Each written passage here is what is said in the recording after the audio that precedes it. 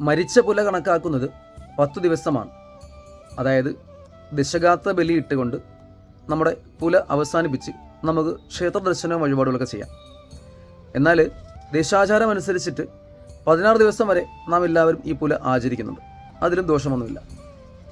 ഈ ദശഗാത്ര ബലി, അതായത് 10 ദിവസത്തെ ബലിക്ക് ശേഷം ആ മരിച്ച ആൾക്ക് വേണ്ടിയിട്ട് എല്ലാ മാസത്തിലും ആ മരിച്ച നക്ഷത്ര ദിവസമോ അല്ലെങ്കിൽ തിഥി നോക്കിയോ എല്ലാ മാസവും ആ ഒരു വർഷക്കാലത്തേക്ക് പക്കബലി കർമ്മം നാം ചെയ്യേണ്ടതാണ്.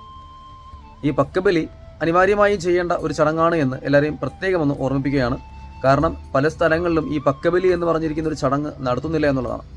എന്നാൽ ഒരു വർഷക്കാലത്തേക്ക് ഇദ്ദേഹത്തിന് ആ മരിച്ച ആളുടെ ബന്ധുമിത്രാദികൾ നൽകുന്ന അന്നം അത് വളരെ പ്രധാനപ്പെട്ടതാണ് എന്ന് നാം മനസ്സിലാക്കേണ്ടതാണ്.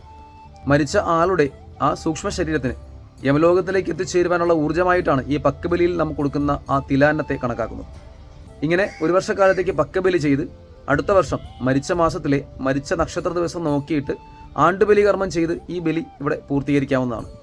ശേഷം പിന്നീട് എല്ലാ വർഷവും ആണ്ടുബലിയും അതുപോലെ തന്നെ കർക്കിടക ബലിയും ഈ മരിച്ച ആൾക്ക് വേണ്ടിയിട്ട് നാം ബന്ധുമിത്രാദികൾ ഉറപ്പായും ചെയ്യിപ്പിക്കണം.